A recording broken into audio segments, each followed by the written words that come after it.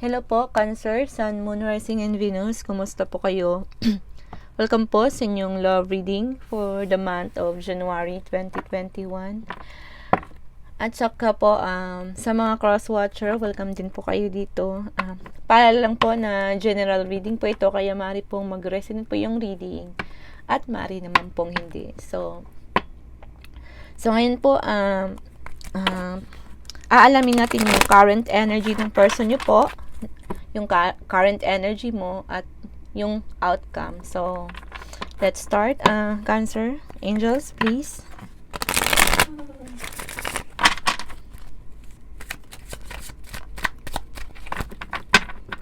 Angels, love reading po for the sign of Cancer for the month of yung current energy po nila for the month of January 2021.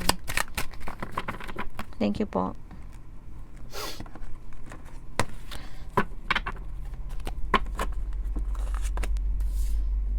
So we have the Ace of Wands, the Magician, and the Knight of Swords. So Cancer, napakaganda po ng baraha ng person nyo po. So you're dealing with a fire sign, Aries, Leo, or Sagittarius, or pwede naman po na air signs, Aquarius, Gemini, tsaka Libra. So yung person nyo po is I feel na minamanifest nyo po yung love ninyo. So I feel din na looking forward kasi we have the Knight of Swords here. So yung feeling niya sa'yo is i-confirm na niya. So malalaman mo na within this month. So magre-reveal na yung person mo sa nararamdaman niya sa'yo, Cancer. Either naman, pwede rin naman na magkakaroon ng kumbaga pag-uusap sa inyong dalawa, okay? So very passionate yan na pag-uusap kasi we have the Ace of Wands here. So pinaplano na niyo ng mabuti to Cancer. I feel na i-surprise ka ng person mo, okay? So be ready.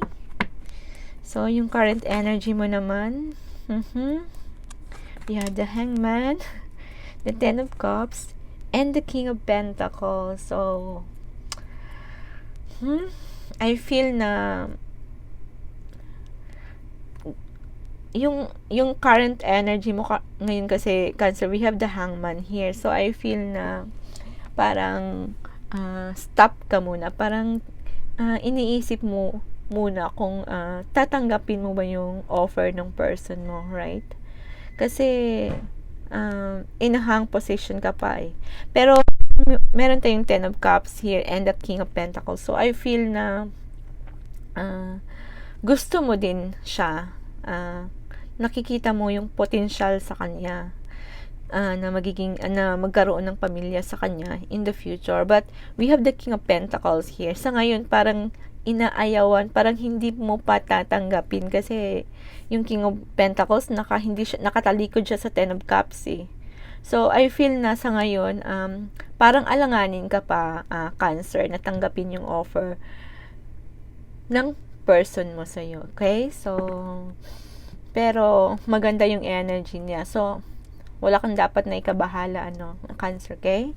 So yung outcome naman, we have the Death, the Chariot, and the Four of Cups. So I feel because we have the Death card here and we have the Four of Cups, yung iba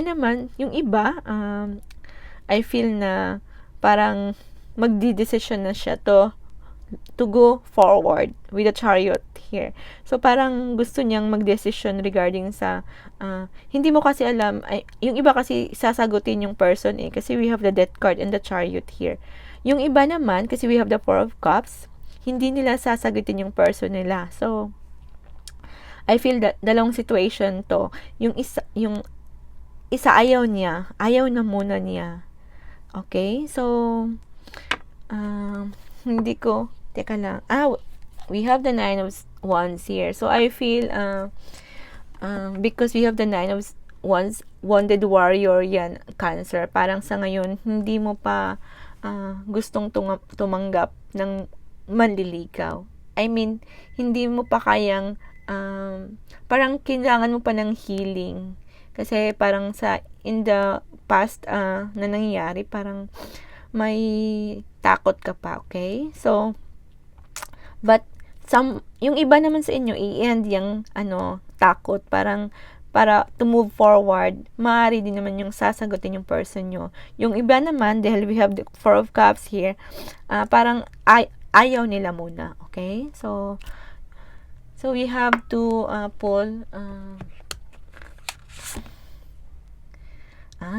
okay. So, yung message para sa inyo, Cancer, meditate and contemplate. So, kailangan mong go within, tsaka kailangan mo munang hanapin sa sarili mo kung ano ba talagang gusto mo at ano ba talagang nararamdaman ng puso mo, okay? Kasi kailangan mong liwanagin ng maigi, ng mabuti kung ano ang maging decision mo sa pangyayaring ito, sa sitwasyon na ito.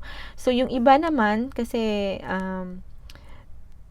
yung iba naman sa mga situation na sasagutin nila yung person nila is I feel na magiging maganda yung magiging harmonious din, okay? So, we have to pull Angel's Oracle card.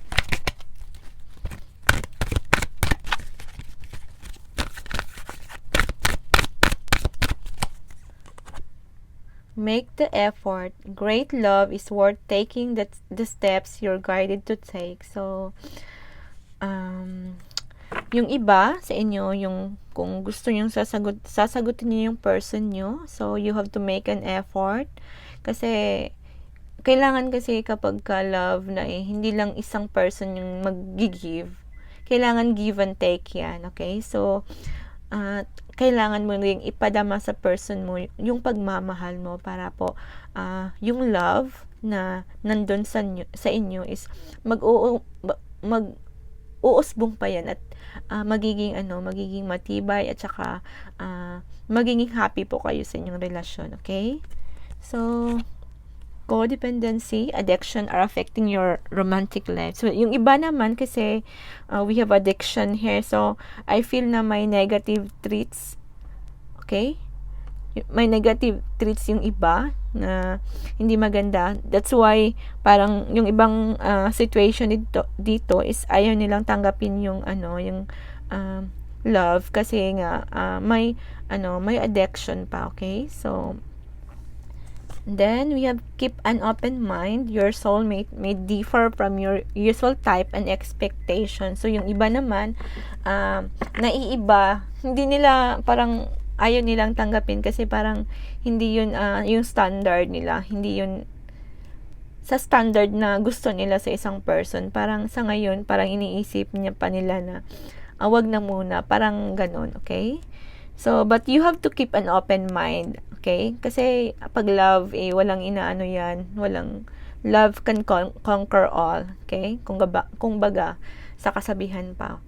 So, kapag love mo yung person, hindi mo na tinitingnan kung ano yung background niya 'di ba? Tanggap mo siya kung sino talaga siya. Okay? So, you deserve love. You are lovable. So, Cancer, you deserve love. So, kung may love man na paparating, with an open heart and open mind, so accept mo lang kasi gift yan galing kay divine, okay? Tsaka sa iba naman na hindi pa makapag-decide, so you have to take your time to think, contemplate, and meditate, okay? So, yun na po yung message niyo, Cancer, sa love reading niyo, yung current energy niyo po at yung sa person mo. At saka po, thank you for watching the video. So, don't forget to subscribe, like, and comment po. Thank you po, and God bless. Bye-bye po.